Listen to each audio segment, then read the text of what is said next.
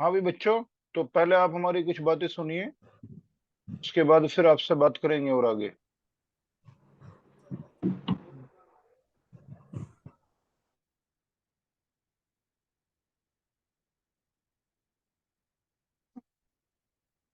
आप लोग सिक्स्थ और नाइन्थ के स्टूडेंट्स हैं, और इंटरव्यू प्रिपरेशन के हम कुछ टिप्स देना आपको चाह रहे हैं। ऐसे आप लोगों के इंटरव्यू की तैयारी कई दिनों से चल रही है ना? तो सब खुद से अच्छा होके चले जाएंगे।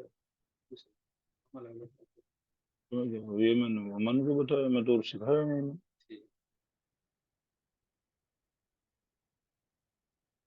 तो ये डीजी क्लासेस की तरफ से ये किया गया है कि आपके हम ऑनलाइन इंटरव्यू की तैयारी करवाएं।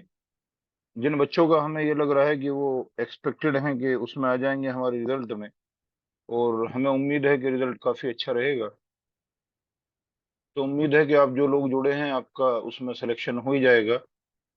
देखिए, यहाँ पर जो अब इंटरव्यू है ये आपको मालूम होना चाहिए कि 15 मार्क्स का इंटरव्यू है। ठीक है, तो आप ये समझने लगे कि आपका उसमें कुछ भी ना हो, अ, जो आपने टेस्ट दिया है और सब कुछ इंटरव्यू से कवर अप हो जाए, तो ये तो नामुमकिन सी बात है। लेकिन फिर भी इंटरव्यू और इसके 15 मार्क्स बहुत अहम पार्ट हैं।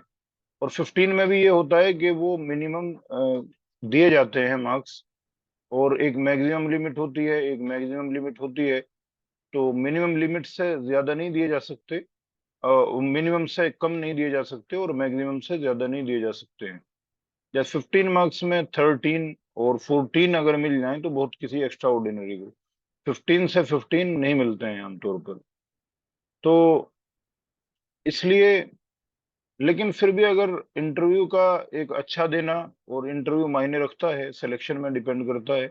अगर आप किसी अपने कॉम्पिटिटर से 1 या 2 मार्क्स से पीछे हैं, और उसमें इंटरव्यूज में आप उसे कवर अप कर सकते हैं, मतलब कंपटीटर ये नहीं है आपके जो यहाँ पर आपके साथ हैं, और जिन्होंने आपके साथ यहाँ पर टेस्ट दिया है, जो आपके साथ उसमें पढ़ रहे थे डीजी क्लासेस में, बल्कि बहुत सारे कंपटीटर होंगे, पता नहीं दुनिया से कहाँ कहाँ से लोग पढ़कर आए होंगे, कहाँ कहाँ से आकर लोगों ने यहाँ पर टेस्ट दिया होगा। तो इसलिए यहाँ पर ये चीज समझने की बहुत जरूरत है कि इंटरव्यू की तैयारी इसलिए जरूरी है कि 1, 2, 4 नंबर में आप जो है उसमें आगे हो सकते हैं। और सिलेक्शन के लिए एंट्रेंस में 1 मार्क्स तो बहुत बड़ी बात है, 0.25 से सिलेक्शन हो भी जाता है और सिलेक्शन रुक भी जाता है, सिर्फ 0.25 मार्क्स। तो 0.25 मार्क्स भी बड़ी अहमियत रखता है। अब बात करते हैं कि सर, अब इंटरव्यू हम देने कैसे जाएं। सबसे पहले तो इंटरव्यू में सबसे अहम चीज, सबसे इम्पोर्टेंट चीज होती है कि आपका वहां पर नॉलेज की टेस्टिंग नहीं होती है। ये आप जो है वो जहन से निकाल दें कि आप वहाँ बहुत सारे फॉर्मूले रटकर चले जाएं, या आप इसी तरीके से टेस्ट करके चले जाएं जिस तरीके से आपने टेस्ट की तैयारी करी है। वहां पर आपका कॉन्फिडेंस लेवल एक देखा जाता है ना, क्योंकि वो आपकी नॉलेज तो ऑलरेडी टेस्ट हो चुकी उसमें एंट्रेंस टेस्ट के थ्रू। अब आपको वो देखना चाहते हैं आपका जो है बोलने का तरीका और आपका कॉन्फिडेंस लेवल, इन सब चीजों को उसमें जज किया जाता है। नॉलेज भी जज की जाती है, नॉलेज के भी मार्क्स होते हैं, है ना? लेकिन नॉलेज के साथ साथ ये भी कि आप किस तरीके से अपने आप को प्रेजेंट कर रहे हैं, ये भी इंटरव्यू में बहुत इंपॉर्टेंट। किस तरीके से आप अपने आप को प्रेजेंट कर रहे हैं, ये बड़ा अहम, बहुत इंपॉर्टेंट चीज है।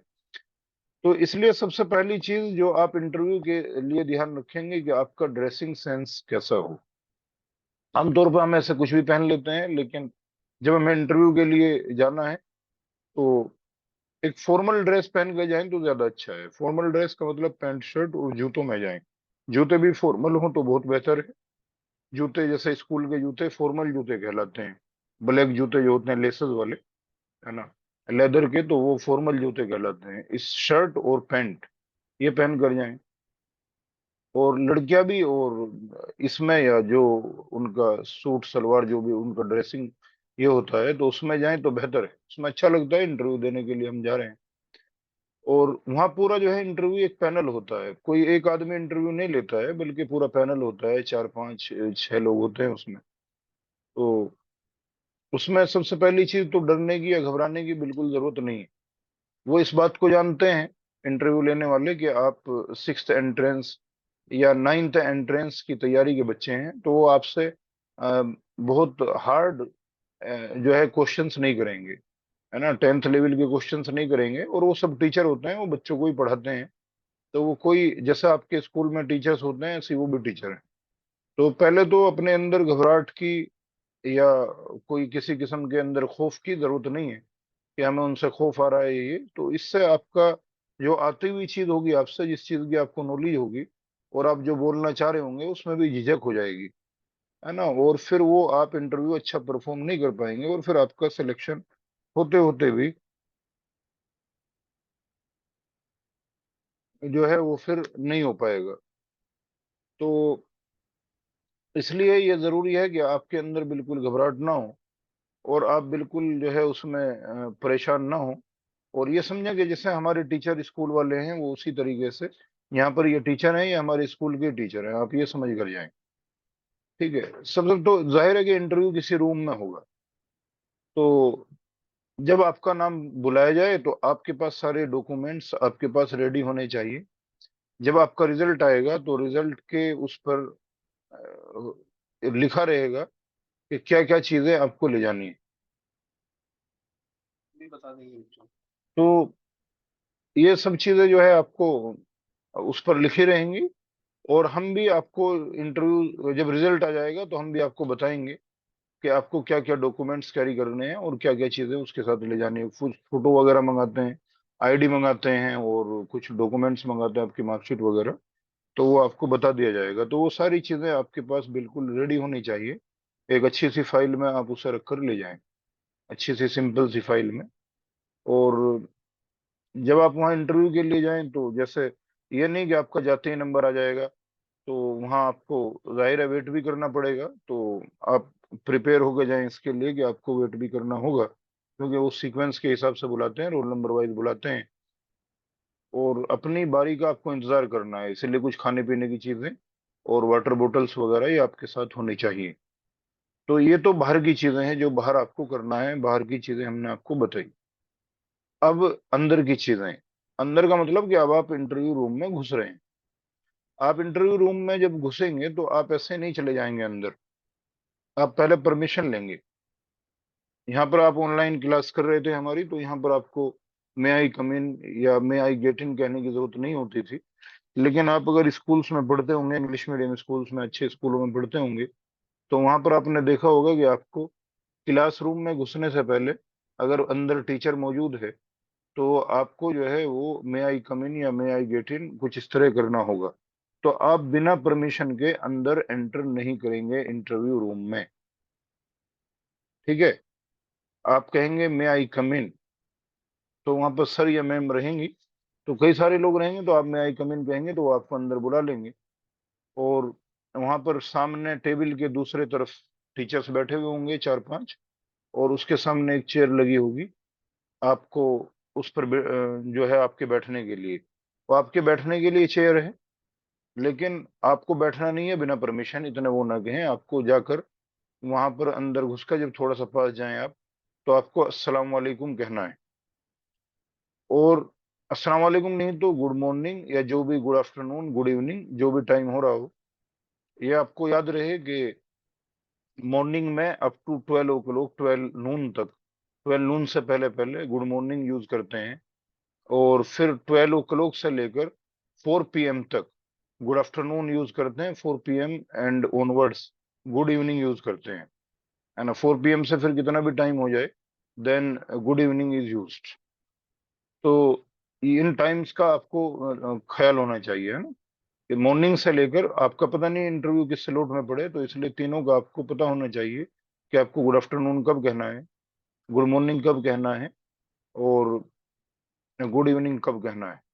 हम आगे ये भी करेंगे कि आपसे ये तो बताएंगे बताएंगे जब आपका रिजल्ट आ जाएगा कि आपको क्या क्या ले जाना है। आपको प्रीवियस ईयर्स में जो क्वेश्चंस पूछे गए हैं इंटरव्यू के दौरान, जो जिन क्वेश्चंस को पूछा जाता है, उन क्वेश्चंस के बारे में भी हम आपसे जिक्र करेंगे, आपसे उनका भी डिस्कशन करेंगे। ठीक है। जो क्वेश्चंस ऑलरेडी इंटरव्यू में पूछे जा चुके हैं उनका भी हम जिक्र करेंगे। तो फिर जब आप इंटर उसमें अंदर चले गए, आपने सलाम कर लिया और गुड मॉर्निंग या गुड आफ्टरनून गुड इवनिंग कर ली, इनमें से कुछ भी, तो वो आपको बैठने के लिए कहेंगे तो आप तभी बैठ जाइए। और जैसे ही वो बैठने के लिए गए, बैठने के बाद थैंक यू सर, तो आपको थैंक यू बोलना है।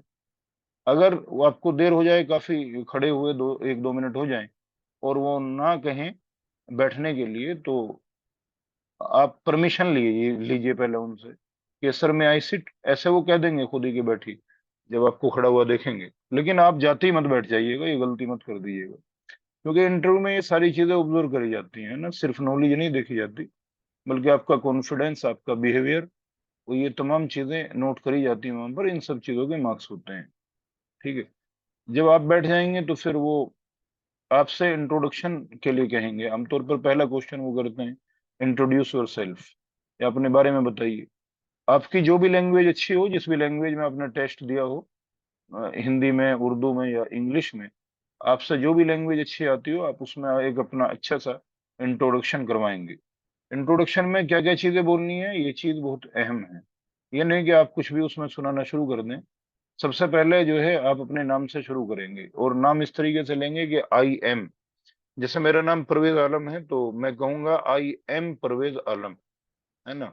वो माई सेल्फ कहते थे पहले, तो माई सेल्फ का वो ट्रेंड पुराना हो चुका है। अब आजकल वो आई एम है, आई एम।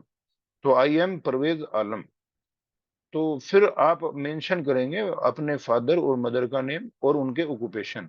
जैसे my father is a lawyer, my father is a doctor, my father's name is, और ही इज अ डॉक्टर। तो माई फादर नेम इज, तो उसमें जब आप फादर का नाम लेंगे, तो बड़े का नाम आप ले रहे हैं, तो आप जो हैं उसमें मिस्टर या मिस्टर वगैरह लगाएंगे जब आप अपने फादर का नाम बोलेंगे। ठीक है।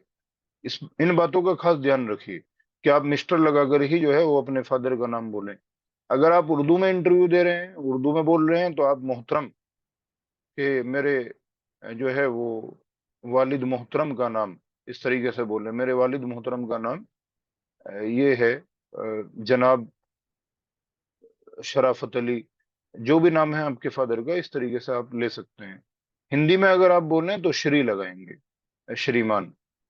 तो इस तरीके से जो है वो पहले मिस्टर या ये लगाकर जब आप बोलेंगे, और फिर ही इज अ डॉक्टर या ही इज एन इंजीनियर, जो भी हैं आपके फादर, तो उनका फिर ऑक्यूपेशन बताएंगे। सिमिलरली आप अपनी मदर्स नेम बताएंगे कि my mother's name is this and she is a home maker.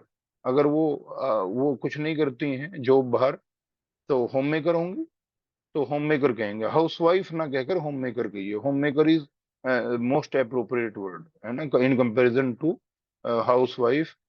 Home maker is more appropriate, तो आपको होम मेकर बोलना है। बच्चों, आप जितने लोग मेरी बातें सुन रहे हैं, आप अपने पास पेन और कॉपी रखिए। मैं इतने आराम आराम इसलिए बोल रहा हूं ताकि आपको समझ में भी आए, और आप इतने नोट डाउन भी कर लें। तो ये पॉइंट्स आप नोट डाउन कर लीजिए। हो सकता है आपको ये चीजें याद ना रहें, मैं आपको स्टेप बाय स्टेप सारी चीजें बता रहा हूँ। बाहर से आपको क्या करना था, और फिर अंदर, हालांकि ये इंटरव्यू का पार्ट नहीं था, लेकिन फिर भी हमने आपको ये चीज इसलिए बताई कि आप अपने साथ खाने पीने की चीजें, चिप्स बिस्किट वगैरह ले जाएं, और पानी की बोतल ले जाएं, क्योंकि अगर आप वहां भूखे रह गए, है ना, तो फिर आपका इन सब चीजों का फर्क जो है, इन चीजों का इफेक्ट इंटरव्यू पर पड़ेगा, है ना। तो ऐसा नहीं कि आप भूखे हों और एक आप पेट भरकर फ्रेश होकर जा रहे हैं, तो इन चीजों का फर्क इंटरव्यू पर पड़ता है। तो आप, अब हम अंदर की बात कर रहे थे, तो आपको अपने फादर का नाम पहले, सबसे पहले अपना नाम बोलना है। अपने नाम के साथ मिस्टर नहीं लगाना है, ये याद रखिए। जब आप अपना नाम कहेंगे कि आई एम, तो आपको सीधे अपना नाम बोल देना है, जो भी आपका नाम है। फिर अपने फादर के नाम के साथ मिस्टर लगाना है। फिर उनका ऑक्यूपेशन बताना है, ही इज अ डॉक्टर, या he is a lawyer, he is an advocate, या he is a farmer, whatever else, जो भी वो हैं उनके बारे में बताना है। उसके बाद फिर अपनी मदर्स नेम आप बताएंगे, फिर उनका ऑक्यूपेशन बताएंगे। कोई ऑक्यूपेशन नहीं है तो आप बता देंगे कि she is a home maker. उसके बाद आप ये बताएंगे कि आई बिलोंग टू। बहुत सारे बच्चे आई बिलोंग्स बोलते हैं, तो बिलोंग्स गलत है, आई के साथ बिलोंग लगता है, तो ग्रामेटिकली वो करेक्ट नहीं है, आई बिलोंग्स। तो आप कहेंगे आई बिलोंग टू। तो अपने डिस्ट्रिक्ट का नाम बताएंगे। या अपने विलेज का नाम भी बताएं तो अपने डिस्ट्रिक्ट का और अपने स्टेट का नाम जरूर बताएं। जैसे आई बिलोंग टू अलीगढ़ इन उत्तर प्रदेश। या कोई जो है वो अगर सपोज कहाँ वहाँ का है, उसका इलाहाबाद का, तो आई बिलोंग टू इलाहाबाद इन उत्तर प्रदेश। कोई पटना का है बिहार का, तो आई बिलोंग टू पटना इन बिहार। तो अगर वहाँ की कोई फेमस चीज है तो आप उसको भी बता सकते हैं। जैसे अगर कोई आगरा का है तो कहे I belong to Agra Uttar Pradesh, and Agra is famous for Taj Mahal. एंड कोई फिर वहाँ जो है वहाँ की आपको फेवरेट चीज पता होनी चाहिए। आमतौर पर आप जहाँ के हैं तो वहाँ से कभी कभी वो इंटरव्यू लेने वाले पूछ लेते हैं आपसे ये जानने के लिए कि आप वहाँ के बारे में कुछ जानते हैं या नहीं। तो ये अंदाजा लेने के लिए वहाँ की वो फेवरेट चीज पूछ लेते हैं। तो आपको एटलीस्ट जहाँ के आप हैं वहाँ की फेवरेट वो शहर किस चीज के लिए मशहूर है, ये बात आपको मालूम होनी चाहिए। जैसे अलीगढ़ का है कोई, तो अलीगढ़ के यहाँ पर ताले मशहूर हैं, है ना। और अलीगढ़ मुस्लिम यूनिवर्सिटी है यहाँ पर। तो और अलीगढ़ दो ही चीजों की वजह से मशहूर है, एक तालों की वजह से और एक अलीगढ़ मुस्लिम यूनिवर्सिटी की वजह से। तो आपको ये चीज, अगर कोई अलीगढ़ का है तो उसे ये दोनों चीजें मालूम होनी चाहिए, ये दोनों चीजें पता होनी चाहिए। ऐसे ही अपने अपने शहर में हर शहर कुछ ना कुछ चीजों के लिए मशहूर होता है। जैसे फिरोजाबाद एक शहर है यहाँ पर, वहां पर चूड़ियां बनती है, बेंगल्स। और वहां पर लाइट आइटम्स बनते हैं, है ना। इसी तरीके से डिफरेंट डिफरेंट सिटीज हैं इंडिया के, वहां पर अलग अलग काम होते हैं। बनारस है वहां पर, वो साड़ी के लिए मशहूर है। तो इस तरह आपको अपने यहाँ की सारी चीजें ये मालूम हो। उसके बाद आपने अपना बिलोंग बता दिया कि आप कहाँ के हैं। फिर आप प्रेजेंटली किस क्लास में पढ़ रहे हैं। आपने फिफ्थ पास करी, जब आप सिक्स का इंटरव्यू देने के लिए जा रहे हैं तो आप ये बताइएगा कि आई have passed fifth class from this school and this board. जिस बोर्ड के स्कूल में आप पढ़ रहे हैं, अपने स्कूल का नाम जहां पर वो स्कूल है, और कौन से बोर्ड से है। सिमिलरली जो बच्चे नाइन्थ का इंटरव्यू देंगे वो ये बताएं I have passed eighth class from this school. और सपोज कोई पढ़ रहा है नवोदय स्कूल से, I have passed class eight from Navodaya school Aligarh, या फ्रॉम नवोदय स्कूल दिल्ली, या फ्रॉम केंद्रीय विद्यालय दिल्ली। तो इस तरीके से आप वो बताएंगे। उसके बाद फिर आपको ये बात बतानी है उसमें। ये बात बताने के बाद कि हमने ये पास ये किया ये किया। अगर आपका कोई एक्स्ट्रा ऑर्डिनरी कोई अचीवमेंट्स है ना, तो आपको उसके बारे में बताना है। किसी ने कोई स्पोर्ट्स में कोई गोल्ड मेडल जीता है, सिल्वर मेडल जीता है ना, या कहीं क्विज में, डिबेट में, डिस्ट्रिक्ट लेवल पर, स्टेट लेवल पर, है ना, या कोई टॉपर है अपने थ्रू आउट। तो कोई आपका स्पेशल अचीवमेंट है, आपको उसके बारे में बताना है कि आई अचीव्ड दिस वन, है ना। और फिफ्थ क्लास का और या एट्थ क्लास का आपका रिजल्ट आ गया है तो उसके बारे में भी आपको बता देना कि I secured this much marks in class eighth, या I secured this position in my class. तो इस तरीके से आप अपना इंट्रोडक्शन ये देंगे। ये सब बताने के बाद आपको बताना है अपनी हॉबीज के बारे में। हॉबीज बच्चों उन कामों को कहते हैं जिन कामों में जो काम आप अपने इंटरेस्ट के लिए करते हैं, है ना। हॉबीज ऐसी चीजों को कहते हैं वो उन कामों में आपका मन लगता है ना। आपको उनसे पैसा नहीं आता, बल्कि आपको उनसे वो करने से सेटिस्फेक्शन मिलता है। ऐसी चीजें हॉबीज कहलाती हैं। जैसे किसी का हॉबी होता है कुछ खेलना, क्रिकेट खेलना। किसी का हॉबी होता है चेस खेलना, बैडमिंटन खेलना। किसी का हॉबी होती है रीडिंग बुक्स। किसी का हॉबी जो है वो लिसनिंग स्टोरीज। किसी की हॉबी होती है प्रोग्रामिंग सीखना। तो डिफरेंट डिफरेंट जो है hobbies person to person vary करती हैं। तो आपको अपनी हॉबीज भी मेंशन करनी है जब अपना इंट्रोडक्शन देंगे कि आपकी क्या क्या हॉबीज हैं। अच्छा, ये नहीं कि कुछ भी आप बता दें उसमें। आपको जब हॉबीज आप बताएंगे तो आपको ये बात ध्यान में रहनी चाहिए कि आप जो वाकई करते हो, जिन चीज के बारे में आपको नॉलेज हो, है ना, तो उन्हीं का आप बताइएगा। ये नहीं कि आप कुछ भी बता दें कि आई लव प्लेइंग क्रिकेट। अब आपको क्रिकेट की एबीसीडी भी नहीं पता है, आप पिच भी नहीं जानते, पिच किसे कहते हैं, पिच का डायमेंशन नहीं जानते। क्योंकि आप जो बताएंगे वो उसके अकॉर्डिंग कुछ भी क्वेश्चन कर सकते हैं। वहाँ चार पांच लोग होते हैं तो वो कुछ भी क्वेश्चन कर सकते हैं आप जो बताएंगे, जो हॉबी बताएंगे। तो इसलिए आप हॉबी में वही चीज बताएं जिसके बारे में आपको पता हो, जिसके बारे में आपको नॉलेज भी हो, है ना। आई लव रीडिंग बुक्स, अब किस किस्म की बुक पढ़ना जो है वो आपकी हॉबी है। पॉलिटिकल बुक्स पढ़ना चाहते हैं, स्टोरी बुक्स पढ़ना चाहते हैं, नोवेल पढ़ने का आपको हॉबी है, कौन सी चीज का शौक है, किस तरह की बुक्स पढ़ने का शौक है। तो उसमें अगर आप ने बता दिया कि हमें जो है वो नोवेल पढ़ने का शौक है, तो आपको नोवेल का पता, एक दो चार नोवेल्स के नाम याद होने चाहिए, उस नोवेल की थीम मालूम होनी चाहिए, उसकी जो है पूरी स्टोरी मालूम होनी चाहिए, किस बेसिस किस उस पर नोवेल है, उसके राइटर का नाम मालूम होना चाहिए, दो चार नॉवेल्स के आपको एक्स्ट्रा नाम मालूम होनी चाहिए। तो ये नहीं आप कुछ भी बोल रहे हैं, ये नहीं चलेगा कि आप वहां पर कुछ भी, एक बड़े कॉन्फिडेंस, बहुत इत्मीनान से बैठना है ना, बिल्कुल इत्मीनान से कॉन्फिडेंस के साथ बैठना है। अगर आप बिल्कुल हिचकिचाना मत वहां पर, अगर कोई जवाब आपसे नहीं भी आता है तो फिर जो है इस पर भी आएंगे हम, अभी तो हम इंट्रोडक्शन की बात कर रहे हैं, तो इंट्रोडक्शन में आपने हॉबी बता दी, और फिर आपको ये बताना है कि आप लाइफ में क्या बनना चाहते हैं। My aim of life is to become an IAS officer, my aim of life is to become a doctor, my aim of life is to become an engineer, software engineer. लेकिन जब आप अपनी aim of life बताएं, at least कम से कम आपको ये मालूम हो कि उसका फुल फॉर्म क्या है और वो क्या पढ़कर बनते हैं, ये एटलीस्ट मालूम हो। और ज्यादा डीपली नॉलेज की जरूरत नहीं है, लेकिन एटलीस्ट इतना तो मालूम होना चाहिए। जैसे आपने ये बता दिया कि I want to become an IAS officer, हम एक आईएएस ऑफिसर बनना चाहते हैं, तो आईएएस का फुल फॉर्म क्या है? तो आईएएस का फुल फॉर्म है इंडियन एडमिनिस्ट्रेटिव सर्विस। और डॉक्टर बनना चाह तो आईएएस बनने के लिए क्या करना होगा? उसका ऑफिसर बनने के लिए उसका आईएएस का एग्जाम होता है। वो कौन कंडक्ट कराता है? यूपीएससी है, यूपीएससी एक कमीशन है जिसे यूपीएससी कहते हैं, यूनियन पब्लिक सर्विस कमीशन, उसकी फुल फॉर्म मालूम हो।